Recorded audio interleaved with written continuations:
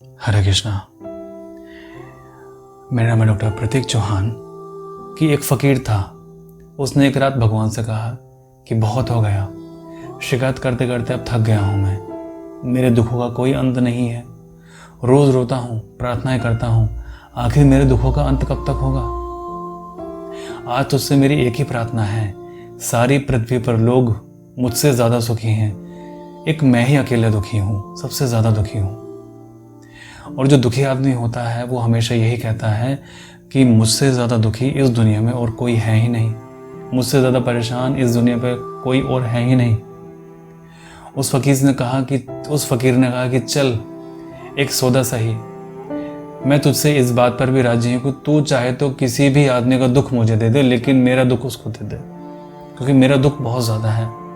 मैं तुझे धन्यवाद दूंगा क्योंकि सब लोग मुझ पर हंसते हुए दिखाई पड़ते हैं और एक मैं ही रोता हुआ दिखाई पड़ता हूँ। जहाँ भी मैं नज़रें उठा के देखता हूँ हर कोई व्यक्ति हंस रहा है, केवल मैं ही रो रहा हूँ, केवल मैं ही दुखी हूँ। और आखिर मैं ही क्यों, मेरे साथ ही ऐसा क्यों होना था। ये केवल उस फ़कीर का ही नहीं, हम सभी के प्रश्न यही है कि आखिर मैं ही क्यों, मेरे साथ ही ऐसा क्यों। सब लोग खुशी में हैं, सब लोग मज़े में हैं और मैं ही अकेला दुखी हूँ। मेरा दुख किसी को नज़र नहीं आता, सब लोग बहुत एंजॉय कर रहे हैं, फिर भगवान मेरे साथ ऐसा क्यों। मैं रोता हूँ, प्रार्थनाएं करता हूँ, प्रार्थनाएं मेरी सुनी नहीं जाती, अनसुनी रह जाती। परंतु ना तो हमें पता है, ना ही उस फ़कीर को पता है कि सब हंसी झूठी हैं। अंदर अंदर सब ही रोते हुए मिलेंगे, कोई कोई ऐसा ही है जो कि अंदर से हंसता है, जो कि अंदर से शांत है, जो अपने आप को जानता है, जो इस सृष्टि को जानता है कि माया है, वो शांत है अंदर से। उस फ़कीर को नहीं पता कि सब हंसी झूठी हैं, आपको भी नहीं पता कि जो चेहरे पर आप हंसी देखते हैं वो झूठी हंसी हैं सबकी। भीतर से तो सब रोते हैं, ऊपर से सब हंसते हैं। हंसता हुआ चेहरा बना लेते हैं ताकि किसी को पता ना लगे कि भीतर आखिर चल क्या रहा है, भीतर आखिर हो क्या रहा है। भीतर तो सब रो ही रहे हैं, बाहर सब हंसते चले जाते हैं। इस दुनिया में एक वहम है, वहम ये है कि मैं ही इस दुनिया में सबसे ज़्यादा दुखी हूँ और बाकी सभी लोग मेरे से ज़्यादा खुश हैं, बाकी सभी लोग मेरे से अच्छे हैं, बस एक मैं ही हूँ और मेरे साथ ही ऐसा क्यों। और वहम का इलाज तो किसी के पास भी नहीं है। लेकिन यह बात फ़कीर को नहीं पता थी और हमें भी नहीं पता, पर उस रात पता लग गई और आज इस कहानी के बाद में हमें भी पता लग जाएगी। उस रात क्या हुआ उस फ़कीर के साथ में कि फ़कीर को एक स्वप्न आया। स्वप्न में उसने क्या देखा कि एक जोर की आवाज़ आकाश से गूंज रही है कि सारे लोग पृथ्वी के इकट्ठा हो जाएं, फला फला जगह, उस जगह पर। सारी आकाश से एक आवाज़ उठी कि जो राम मंदिर बन रहा है कि सभी लोग वहाँ इकट्ठे हो जाएं, वहाँ पर दुखों की आपकी अदला बदली की जा रही है। फ़कीर भी एकदम भागा उठकर अपनी टोकरी में, अपनी पोटली में सारे दुख बांधे।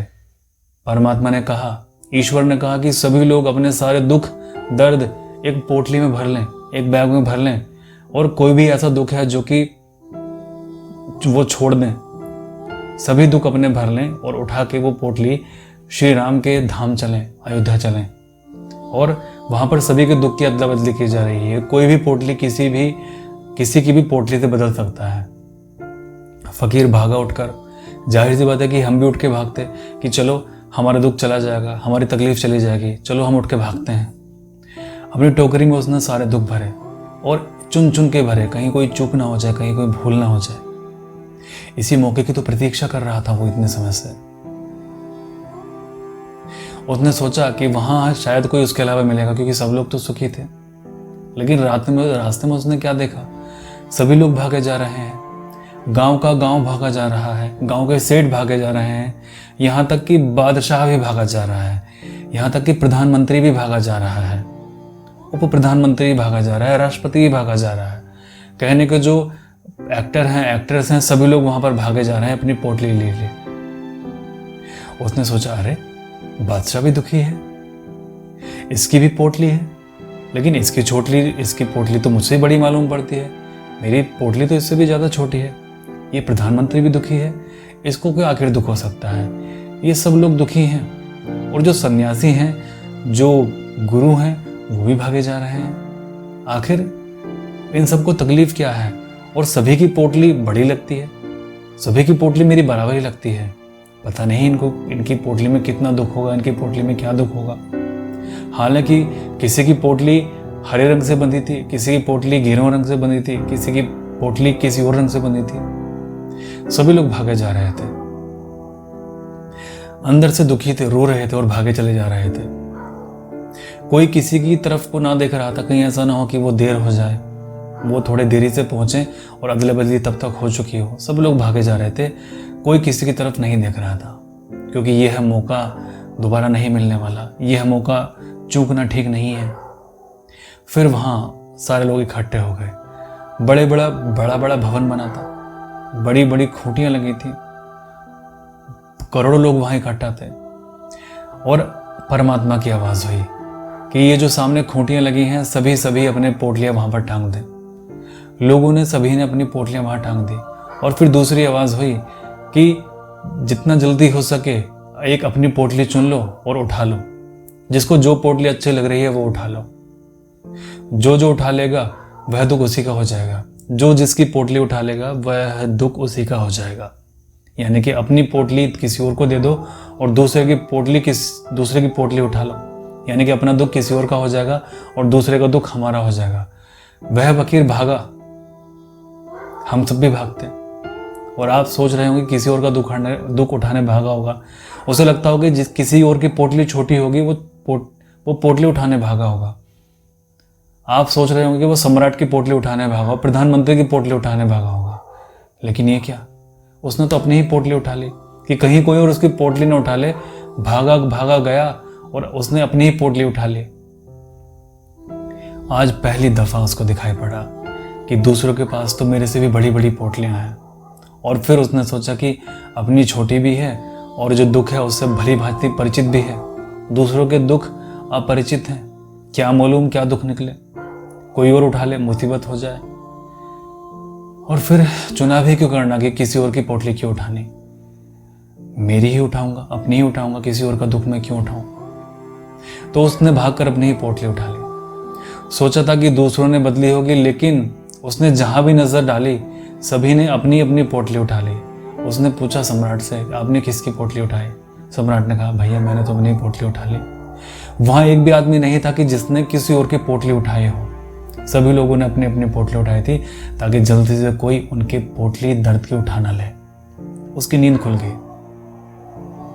आपकी नींद भी खुलेगी एक दिन।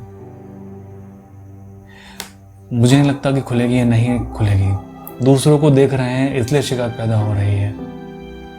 अपने को देखेंगे तो हमेशा धन्यवाद ही पैदा होगा। दूसरों के पास जो है अगर उसकी गिनती आप करोगे ना तो आप गिनते गिनते थक जाओगे। उनको दुखों की गिनती आपसे नहीं होगी।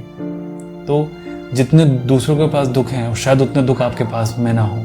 तो इसी से कृतज्ञता का भाव पैदा होता है ईश्वर के प्रति कि मेरे जीवन में आपने जो भी दिया है उसके लिए मैं कृतज्ञ हूँ। उसके लिए धन्यवाद आपके लिए पैदा होता है। और जब वो धन्यवाद पैदा हो जाता है तो आपके जो दुख हैं, तकलीफ हैं, वो अपने आप ही कम हो जाते हैं। दूसरों के पास जो सुख है अगर आप उसकी गिनती गिनेंगे तो जाहिर सी बात है कि शिकायत पैदा होगी, क्रोध पैदा होगा, विद्रोह पैदा होगा। और जो अपने पास अगर आप उसको देखेंगे तो एक कृतज्ञता पैदा होगी, एक धन्यवाद भाव पैदा होगा ईश्वर के प्रति। परमात्मा सभी का भला करे।